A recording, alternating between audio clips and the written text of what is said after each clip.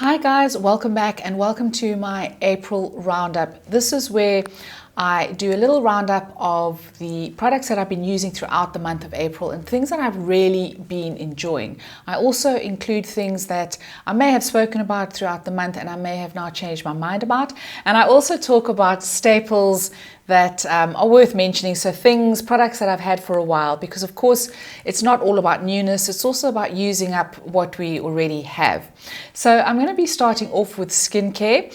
I have got some hair care and some makeup as well, but the first thing I wanted to talk about is glycolic acid, and I have mentioned this product before. I've been using the exfoliating glow tonic from SkinFunctional, and this is a toner that contains 7% glycolic acid, and glycolic acid is an AHA, and it helps to kind of break the bonds between skin cells, which helps to exfoliate the skin and to refine your texture.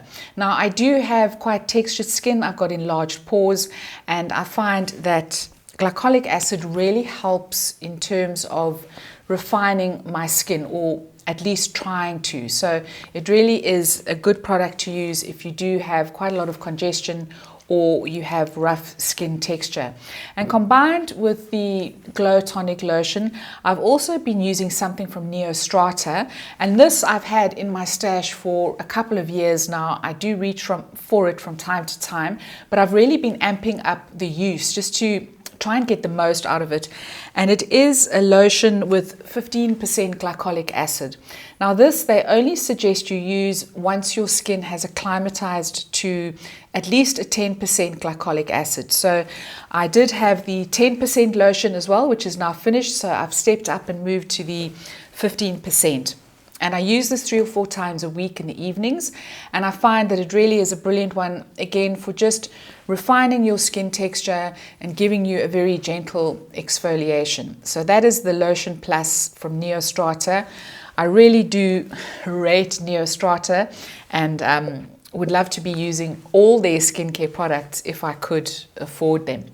And now moving on to hair care. So a couple of products which I have repurchased are the Redken Acidic Bonding Concentrate Shampoo and Conditioner. I have spoken about these before in an empties video. I really love this duo. It's just absolutely fantastic. It's great for color treated hair. So I do have color treated hair, which is quite thick and quite unruly. And I find that this just adds a softness and a silkiness to the hair. It doesn't feel like it's coated in silicone. It kind of feels like your virgin hair would feel. So it feels how my hair used to feel back in the day before I started coloring it and processing it, if that makes any sense. And interestingly, I just had a look earlier on their website because I wanted to see exactly what Redken says about this product. And their first key benefit that they mention is they say that the shampoo and conditioner combats 1 year of visible damage in one use. And that's very similar to what I've just said about it kind of like makes your hair feel like virgin hair once you've used it. So I can definitely vouch for that. They do mention a whole lot of other benefits as well: smoother hair, stronger hair, more conditioned. And of course the AHA, which is in here, is citric acid, and they say that that helps reinforce weakened bonds in the hair. So can definitely vouch for the Redken Acidic Bonding Concentrate. Really love it. And now moving on to makeup, I'm going to start off with eyeshadow. So a palette that I have been reaching for this month or playing around with is the Natasha Denona Yucca palette. I know that this is not new, but it's new to me. This has been on my bucket list for the longest time, and a very kind subscriber, Kate, sent it to me all the way from Australia. I was absolutely thrilled. Thank you, Kate. It's really just so beautiful. It's got all the citrusy kind of eyeshadow shades that I could ever wish for. Just really love these shades. They're beautiful. There's some accent shades as well. There's like a turquoisey green over there. Their shimmers are just to die for. The quality is just absolutely amazing. I've never had a Natasha Denona palette before, so the quality is something that's really new to me, and I must say I have just been blown away. So have really been loving that palette from Natasha Denona. And then another palette that I mentioned in my last video is one from Wet n Wild, and it's one of their quintets, and it is in the colorway Camo Flaunt. I did a look with it, and I made the mistake of using the middle shade, which is a very, very chunky glitter, which just did not work at all. I don't think anyone over the age of 12 should go anywhere near this, to be honest. I think it's just a disaster. I did like this eyeshadow at first glance. It is the one that I've got on my eyes today. I've just got this deep brown shade on my eyes today. But I have to say, on second thoughts, I don't think I would recommend this. It's really not great quality, not even for Wet n Wild Drugstore. It's really just kind of very, very mediocre. And I just wanted to compare it to a Wet n Wild palette from days of yore. And this is the one in Comfort Zone. And this is from going back probably to the mid-2000s, where they had that really beautiful formula. Everyone was raving about it. I'm not sure if you remember Walking on Eggshells. That was the palette du jour at the time, and it just had a beautiful formulation, actually quite similar to Natasha Denona, funnily enough, but at a drugstore price. And then they, sometime down the line, some years ago, they changed the formula. And so all the eyeshadows are now that kind of expected powdery formula that you would just expect from a drugstore brand. So not sure why they did it or how they did it, but you're definitely not getting this old type of formula anymore with the Wet n Wild, which is a little bit disappointing. But I just wanted to throw that in there in case anybody got terribly excited about this. It's okay, but nothing more than that. And now moving on to foundations. So a foundation that I have been using quite a lot of late is my MAC Studio Radiance foundation, and I have found that the benefit of using the glycolic acid has really helped to refine my skin. As I say, it's nowhere near perfect, but it makes wearing a more dewy, glowier foundation a little bit easier, because I find that the light is not kind of bouncing off my very, very textured skin. My texture being a little bit improved tends to tolerate a slightly glowier foundation a little bit better. So I have really been enjoying this foundation from MAC. And then the antithesis of that is my Estee Lauder Double Wear. I have been reaching for this every now and again. This will always be a staple in my kit, in my collection. It's just such a brilliant one. You can really sheer it out. It's bulletproof. It doesn't accentuate any of your texture or pores or anything like that. It really is just, it's just so dependable. It's just like that black dress that just goes with everything. Well, that's what this foundation is. So we'll never be without this. And just reminding you about it, if you do have it in your stash, I think you need to haul it out and you need to start using it again, because it's that good. A couple of powder foundations that I've been using, and I have done a review on these guys, putting them up against each other. The one is the Rimmel Lasting Finish, and the other one is the MAC Studio Fix Powder Foundation. And if you've seen my review, you will see that they are both very, very similar. The only difference being that MAC has a much more comprehensive shade range. I think the Rimmel only has about 12 shades, and I think MAC has 50 odd shades in the range. So I did prefer the MAC shade on me. It was a little bit warmer. The Rimmel shade was a little bit too cool toned, but in terms of performance, longevity, application, everything, they are almost identical. There is just nothing in it. So those are those guys.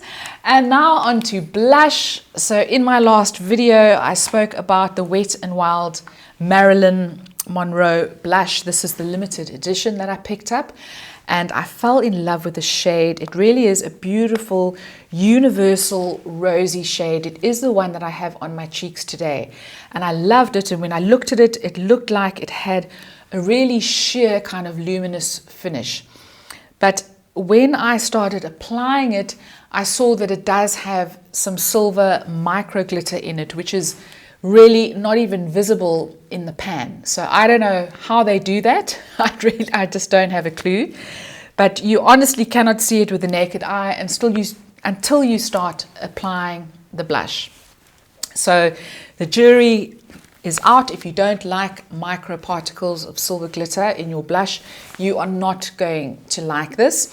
I think it's rather fun. I get a kick out of wearing it during the daytime. I think it's just very cute, and it can actually draw a little bit of attention, because you're going to have people saying, oh, that's so sweet, oh, you got a little bit of glitter on your cheeks, and you can just say, I know.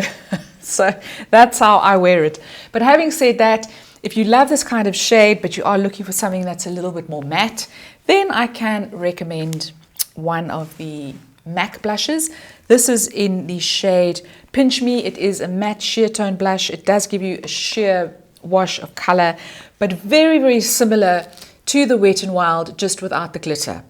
So if you are a fan of this color, which I most certainly am, but you just don't want the glitter, then MAC is definitely the way to go. And then staying on blush, one that I've been using quite a lot recently, this is also from MAC, and this is in the shade Warm Soul. This is one of their mineralized baked blushes. I have also done a comparison video on this where I compare it to the old formula. The new formula, well, it's not really new anymore. It came out some years ago. I had some reservations in the beginning, but I really do love this blush now. You can see it's well worn in the pan, and I love using it. It's just gorgeous. It gives you a gleam to the cheeks. Definitely no glitter here, no shimmer even. It's just kind of more of a gleam. It's a really sophisticated blush, and I just love it. So I would highly recommend that. Another blush which I've been enjoying is the Stila blush stick. I have got the one in, I think it is Papaya. I will link it up on screen, I forget now, but it does have a beautiful tangerine blush. And then on the other end, it has got a bronzer, and these are beautiful. The formulation is really soft. They just blend into the skin. I have got some of the bronzer on today. Just beautiful, perfect for putting into your handbag for on-the-go touch-ups. And the formulation, as I say, just absolutely perfect. So would highly recommend those. And then a concealer I wanted to give a special shout out to, definitely not new, but this is the Lancome Teint Idole Ultra Wear. It is the one that I have on today. I just wanted to give a special shout out to this. If you guys have forgotten about this, or if you've heard about it but haven't tried it, I really do rate this. I think it's absolutely lovely. I use very little on my under eye area, but it definitely doesn't dry out your under eye area. It's not going to completely obliterate your under eye wrinkles. There is nothing on this earth that will do that, but I find that it doesn't necessarily accentuate them either. So it really is, it's a realistic concealer, and really enjoy it. So would highly recommend that. And then two more products. I just wanted to give a shout out to the L'Oreal Telescopic Lift. I know that this went viral back in the day. I don't generally pick up viral products, but I did try this and fell in love with it. Reason being, it's got a very peculiar shaped wand. It's got bristles on either side of the wand, not round the whole wand. And I do find that if you have hooded lids, this is perfect, because it doesn't transfer onto your mobile lid when you're applying it. And that is often an issue I have with mascaras that have got slightly bigger brushes. I find that it's just a pain. So I just wanted to mention that if you do have hooded lids, this could be a really good one to try, and it definitely gives you length, volume, and everything else. And then finally, I just wanted to mention the lip perfector I have on today. It's one from Clarins. It is the number 8. It's a beautiful berry shade, and I really love these Clarins lip perfectors. I would highly recommend them. They just they're really glossy, but they are also conditioning. So they've got, I think, vitamin A, C, and E in them, maybe some shea butter, but they're just very, very moisturizing on the lips. So they look fabulous, and they're also giving your lips a treatment at the same time. So Really, really love those. So guys, that's my April roundup. Those are the things that I have been reaching for, that I've been loving. Let me know what you've been reaching for throughout the month of April. If there's anything that you would like to recommend, please leave me a comment down below. I'd love to hear from you. If you enjoyed this video, please give it a thumbs up. Please don't forget to subscribe, and I'll see you next time. Ciao, ciao.